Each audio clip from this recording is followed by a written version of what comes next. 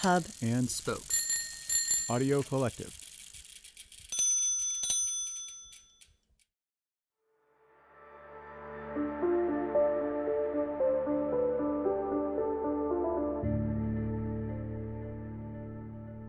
That was the role of the rabbis.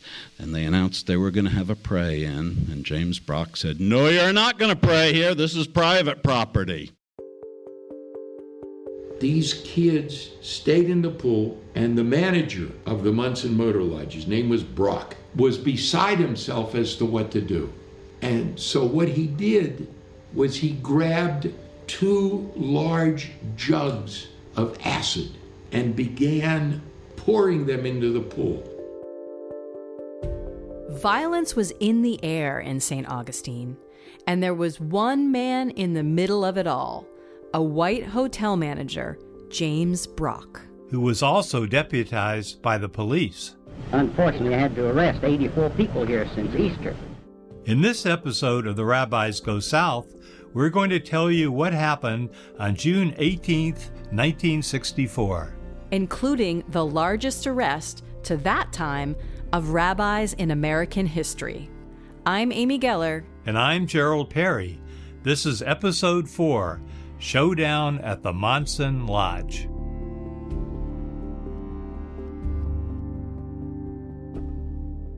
For the record, the largest arrest ever of rabbis would occur in New York City on March 5th, 1985.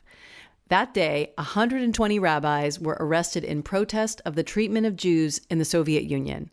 But back to 1964, our story. To recap, on June 17th, their first evening in St. Augustine, 16 rabbis and 1 layperson took part in a protest night march. They were met on the streets by racist, anti-Semitic white mobs. The rabbis spent that night in the homes of the local black community, and they woke up on June 18, 1964, this very significant day. It's a day we commemorate with our podcast, 60 years later. Exactly. The rabbis were taken in the morning to a black church where Dr. King, just as the day before, stood at the pulpit. He read aloud Psalm 27, which he knew had special meaning for the rabbis. It was a prayer and a battle call of King David. When my enemies and foes attack me, they will stumble and fall. And then orders were given for the day. Everyone would proceed through the downtown to the bayfront. There they would march to a high-end motel with a view of the river and with a cozy swimming pool. This was the Monson Motor Lodge. It was the SCLC's chief target of protest in St. Augustine. The Monson Lodge was part of a national chain with many of its branches integrated. But James Brock, the manager in St. Augustine, wouldn't allow that to happen. Brock was determined that his motel would be for whites only. On June 11th, a week earlier, Dr. King confronted Brock at the Monson Lodge and tried to convince its manager to desegregate.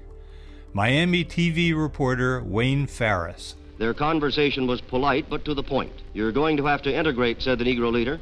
Brock answered that he would under federal court order, or if a group of St. Augustine businessmen prevail upon me. "Won't you leave?" he asked.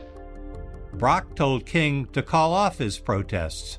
Reverend King, I'd like to prevail on you in behalf of my wife and my family, my 2 young daughters and myself who are trying to operate a business here, prevail upon you to encourage your nonviolent army to peacefully solicit some other property other than mine.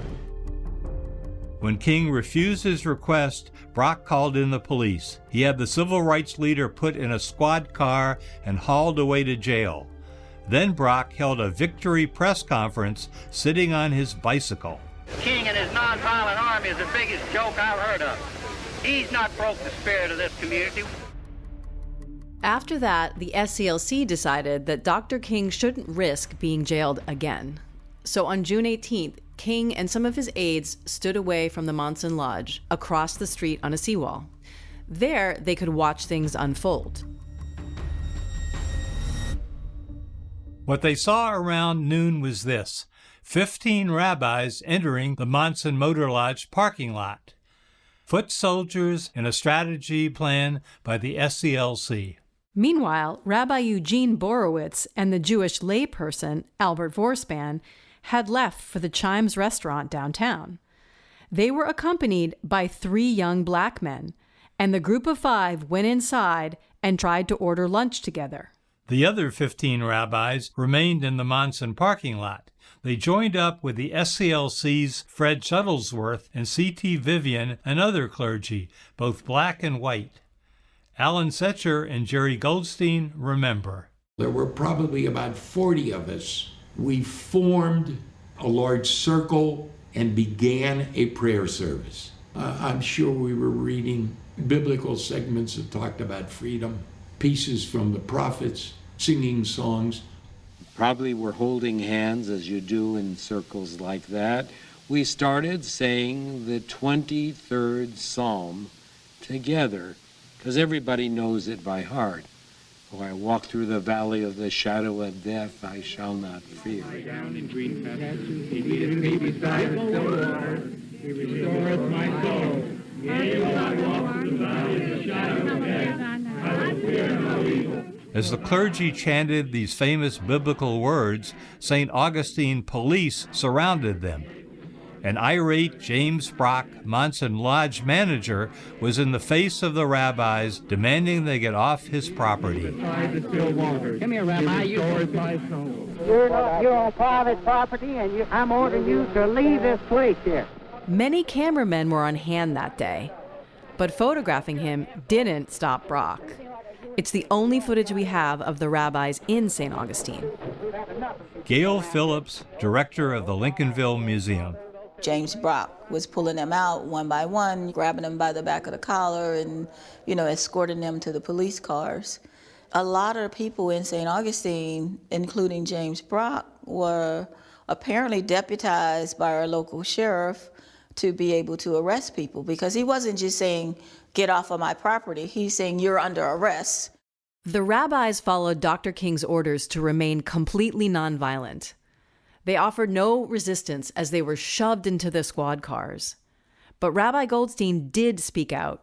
He was not happy about being roughed up by the police. One grabbed my right arm, one grabbed my left arm. They came from behind me. They grabbed me and jerked me. And I'm caught in a newsreel which was taken at the time, yelling at them, "Get your hands off me, I'm a human being." I was a human being. I'm glad those are the first words that came out of my mouth. Take your hands off me. You go to jail. Me like a human being. I was determined to act with as much decency as I could. I don't know that I would have been violent. I think I'm too well-mannered and comfortable as a middle-class American male. I don't know that I could have acted out even against unpolice-like police. And here is where everything escalates. As the rabbis were being arrested, a car pulled up discreetly to the front of the motel, and out jumped 5 young African Americans, 2 of them women. Before anyone could stop them, before James Brock could notice, they walked quickly onto the motel property and through some bushes. Then the African-American 5 leapt into the water, instantly integrating the Monson Motor Lodge swimming pool. But let's back up for a second. The strategy for June 18 came not from Dr. King, but from another SCLC leader, Hosea Williams, one of King's most fiery and committed lieutenants. I ended up getting kicked out of the NAACP because of my militancy. And I went to Dr. King and asked him, could I work with SCLC?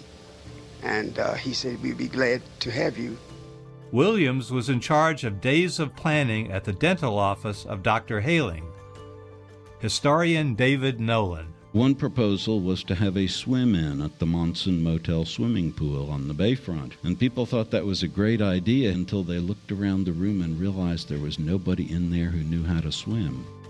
Gail Phillips, director of the Lincolnville Museum, suggests how it all unfolded. I did speak recently to J.T. Johnson, who was one of the young black men that was in the pool. A lot of black people did not know how to swim, so J.T. said, this is something I can do. He had been a lifeguard, I think, in Albany, Georgia, where he's from. Johnson was asked to bring black friends from Georgia who not only were activists, but also strong swimmers. So I don't know if it just kind of like evolved in terms of we're going to make the biggest splash, because all of it was orchestrated because media was here. At the same time, two white activists, Al Lingo and G. Peter Shivas, rented a room in the Monson Motor Lodge. In those days, there was this legal fiction that if you were a registered guest at a motel, you could have company come in and use the facilities. According to Hosea Williams' plan, the white and black protesters would meet for the first time at the pool. The whites would announce that the blacks were their personal guests at the motel, in case anyone accused the blacks of trespassing. Again, two white men, one of them veteran activist Al Lingo, were waiting in a room at the Motor Lodge. 5 blacks, led by J.T. Johnson, were on call in Lincolnville, having arrived from Georgia. And James Jackson, who'd been at the strategy meetings, would transport the Georgia group from Lincolnville to the Monson Motel. Jackson told us about it. I drove down King Street, got to the Bayfront, turned left on the Bayfront, went down the Bayfront, made a U-turn, came back, stopped in front of the Monson, offloaded those kids to go and get in that pool. The two white activists raced out to join them, and they all jumped in. And James Brock, I guess he was having culture shock, and then a scream went up, "Oh my God, look at the swimming pool." And there they were, black and white together, swimming in the pool, and that's the point at which James Brock entered American history. Brock went crazy at that moment. He was already off the charts with anger when he pushed the rabbis into police cars. Then he turned around and saw his swimming pool filled with people of color. He ran over to the pool and ordered the protesters to get out. When they refused, Brock stormed off. He quickly returned to the pool with 2 plastic jugs, and they were filled with muriatic acid. He declared, "I am cleaning the pool right now." And then he emptied the jugs into the water where the people were swimming. Rabbi Alan Setcher. That particular acid, when mixed with water, dilutes itself. But he didn't know that, and the kids didn't know that.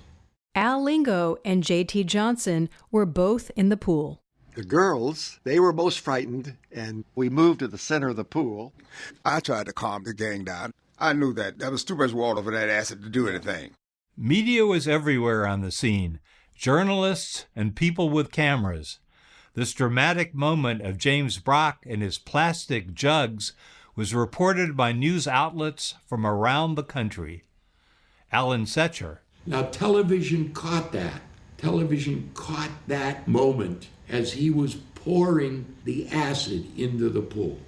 And it's really known as the television shot seen around the world.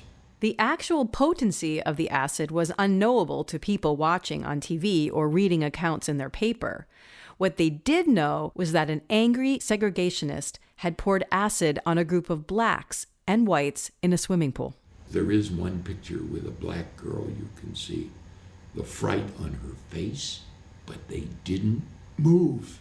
That was remarkable. That woman was 17-year-old Mimi Jones, already an activist in the civil rights movement. The TV crews that had filmed James Brock kept their cameras going as white locals yelled racial slurs at those in the pool. And here's the on-scene report from a Miami TV station. Finally, an off-duty policeman leaped into the pool and began swinging at the demonstrators. The swimmers were dragged roughly from the water to waiting police vans. WCKT newsman Roger Burnham, who filmed these scenes, was manhandled and threatened by a white observer. He was struck twice by law enforcement officers.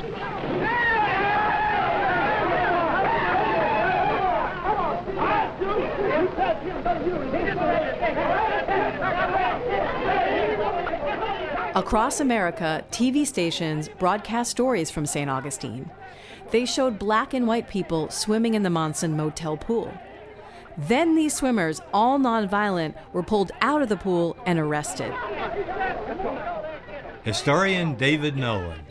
People watched that coverage at night as they ate dinner and they wanted to throw up. And they said, this has got to stop. This is ridiculous. This is not America. This is not what we want for our country. So it would seem that the rabbis had operated brilliantly as decoys. As they were being arrested at the Monson Lodge, the swimming pool was integrated, all according to a coordinated plan. Or might it all be serendipity? That's what Amy and I investigated. I talked on the phone with Al Lingo, who raced into the pool from the Monson Lodge. He said he wasn't informed by anyone that the rabbis would be there. He found out about the rabbis later. Even more telling, James Jackson, the driver of the car, told us he knew nothing about the rabbis being in St. Augustine. If this is true, he just happened to drive up at the moment the rabbis were being arrested. He also learned about the rabbis later. Finally, even the rabbis themselves didn't know that their arrest allowed the protesters to jump into the pool. Rabbi Jerry Goldstein. I did not witness it. I think I was probably arrested before that. I don't know. Remember, it was MLK's deputy, Hosea Williams, who organized the swimming pool wade-in. But if he plotted that rabbis be arrested at the same time, Williams never informed any of the involved parties. So what do we think really happened? That the synchronicity of the rabbi's arrest and the integration of the swimming pool was just amazing luck. Are we correct? Hosea Williams is the only one who could really say, and he died in the year 2000. The FBI report said it took 19 minutes for the demonstrators to be cleared from the pool. Other protesters were stopped as they entered the motel restaurant. Meanwhile, Rabbi Borowitz, Albert Vorspan, and 3 black men had been arrested. They tried to integrate a downtown restaurant. According to county jail records, a total of 44 arrests were made that day, June 18, 1964. Rabbi Goldstein. We said we wanted to be arrested together with the blacks and go with the blacks together. And they said, shut up and get in the car. Whites and blacks were segregated right at that moment. Our rabbis were taken away in squad cars along with the white ministers. Black protesters were also hauled away. Their destination in the next episode, St. John's County Jail.